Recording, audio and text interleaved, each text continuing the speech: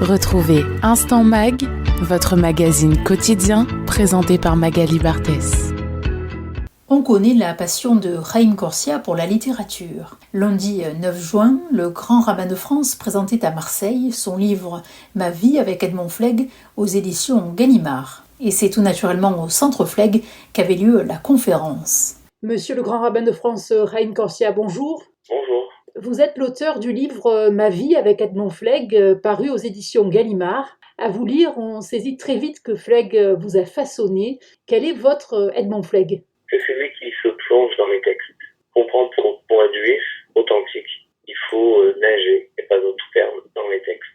Il faut considérer la Torah comme une eau de vie, et toute la Torah, la Bible, les psaumes, les prophètes, la Mishnah, le Talmud, tous les textes. Et il va apprendre l'hébreu, apprendre la grammaire pour traduire lui-même, pour arriver lui-même au contact du texte, pour percevoir toute la diversité du texte. Et moi, je me suis rendu compte il n'y a pas très longtemps que lorsque je lis la paracha, par exemple, dans la Torah, la mission Lévi, quand on passe sur un mot, on perçoit en arrière commentaire sur ce mot, comme si on arrivait à ouvrir des fenêtres, comme dans le programme Windows, en même temps que nous lisions. Flegg, c'est ça, c'est le judaïsme des textes. Et son anaphore célèbre « Pourquoi je suis juif » résonne aussi avec ce qu'Israël et les Juifs subissent malheureusement depuis le 7 octobre. Non, depuis toujours, depuis à peu près 3000 ans, parce que il a, avec quelques mots, expliqué que oui, on est juif parce que partout où un homme ou une femme souffre dans le monde, les juifs souffrent avec. Partout où le monde désespère, le juif continue à espérer. Et il a porté cette idée que l'homme n'est pas créé, il appartient à l'homme de le créer. Et c'est exactement ce que dit la Torah. N'a fait Adam, il a dit dans Genèse. Dieu dit, faisons l'homme. À qui le dit? À nous. Faisons l'homme et la femme. Faisons cette humanité que nous allons créer ensemble. En fait, avec quelques mots de ce poème, Pourquoi je suis juif, il a touché l'ADN de ce qu'est le judaïsme. Voilà, et donc un homme qui a choisi la France et qui partage la conviction que judaïsme et république partagent le même socle de pensée, voilà un bel exemple pour la société actuelle.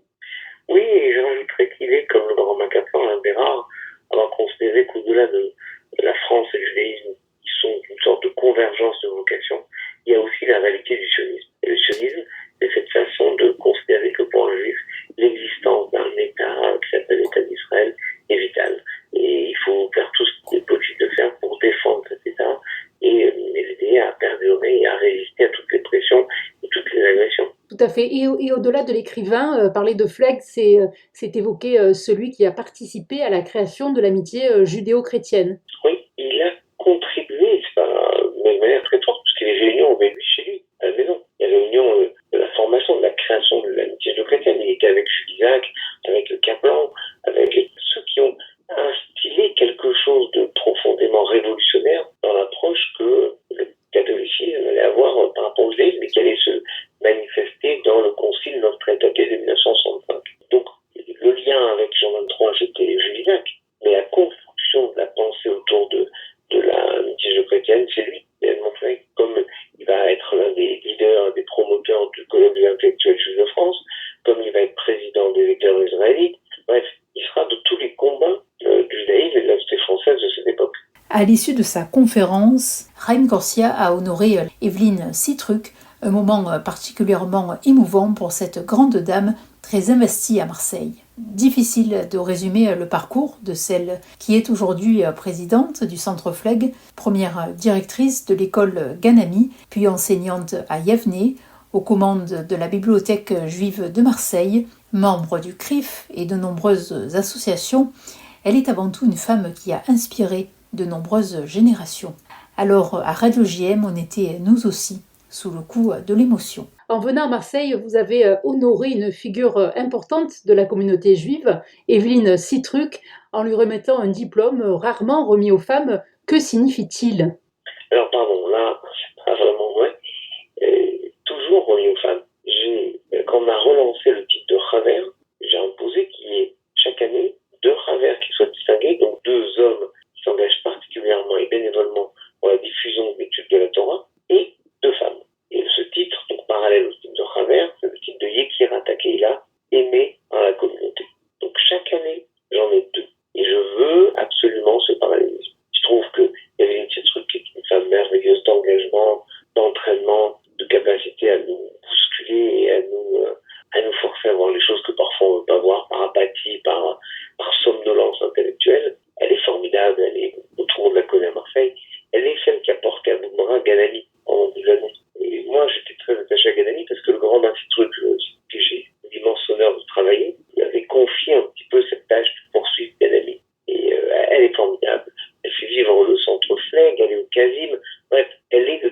engagement communautaire et je trouvais légitime de la distinguer et d'en faire un modèle pour tant de femmes dans la communauté. Tout à fait, bien merci beaucoup. Evelyne Citruc, bonsoir. Beaucoup d'émotions avec la remise donc de ce diplôme et vous le méritez tellement. Ah, je ne sais pas si je le mérite, en tout cas je suis très honorée. Et oui, il y avait de l'émotion, mais il y avait aussi beaucoup d'humour et de simplicité. C'est comme ça que je souhaitais que ça se fasse. Voilà, donc c'était une belle soirée avec des amis et que des amis. Oui, et puis c'est important aussi de faire remarquer que voilà, c'est une femme qui reçoit ce diplôme. Oui, c'était ça qui était important pour moi. Ce diplôme s'appelle Yekarata Keila et pas Akarata Keila comme je l'ai fait. Je le dis par erreur, qui ne veut pas du tout dire la même chose. Akarata Keila, c'est la reconnaissance de la communauté et Yekarata Keila, c'est chérie de la communauté. Alors, je suis très contente de m'être trompée parce que c'est un peu les deux. Et j'ai dit que j'avais que des amis. Bien qu'il y ait eu des élus, il y a eu le grand rabbin de France, le président du consistoire. Tout cela, ce sont quand même que des amis. Voilà. Et c'est vrai, ce qui m'a fait vraiment accepter cet honneur, c'est parce qu'il a été remis à une femme et qu'il faut que la femme dans la communauté religieuse prenne la place qui lui est due. Oui, et vous avez été honorée aussi par la mairie de Marseille. Oui, alors ça c'était une surprise et finalement ça complétait ce que je suis, ce que je veux être, c'est-à-dire une juive dans la cité, une citoyenne juive ou une juive citoyenne, peu importe l'ordre. C'est comme ça que l'on vous aime. Eh bien merci. Merci beaucoup. Tu alertes et tu agis, tu n'abandonnes jamais et les gens t'en sont reconnaissants. C'est avec beaucoup d'émotion que le professeur Haggai Sobol s'est adressé à son amie Evelyne. Evelyne, c'est une amie, c'est presque un membre de la famille. On a fait beaucoup de choses ensemble et avoir cette responsabilité de retracer son parcours, que j'ai vécu aussi avec elle, c'était beaucoup d'émotions et paradoxalement beaucoup plus que je peux en avoir alors que mon métier c'est quand même de m'exprimer. Et donc c'était une soirée fabuleuse, pleine d'émotions, tout à fait à son image. On a retracé tout son parcours, ses engagements. Elle nous a inspiré, je dirais, elle a inspiré beaucoup de personnes, de nombreuses générations en étant enseignante, mais aussi tous ceux qu'elle a côtoyés. Elle a permis de dynamiser, elle a permis par un engagement, par un courage, par une parole vraie, elle a permis d'influencer énormément de personnes. Et aujourd'hui, le fait de lui décerner cette distinction, c'est tout un parcours, et ça permet de mettre en perspective les nombreux combats où elle était en avant-garde. Que ce soit la condition de la femme, que ce soit porter une parole religieuse, que ce soit l'engagement dans la cité. On voit que c'est une personne qui a de multiples facettes, mais un élément qui rassemble le tout, c'est le courage. Evelyne a des amis partout où elle passe, comme en témoigne Marie-Hélène Londner, présidente bénévole du CASIM, le comité d'action sociale israélite de Marseille, qui depuis 1906 accompagne les personnes les plus fragiles. Marie-Hélène Londner, bonsoir. Bonsoir.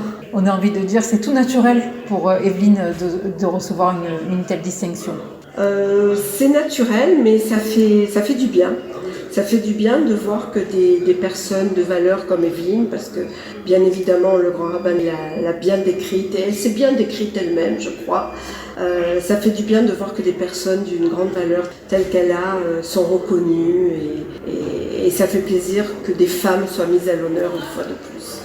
Evelyne est membre du conseil d'administration du CASIM et c'est vrai que c'est un élément important pour moi.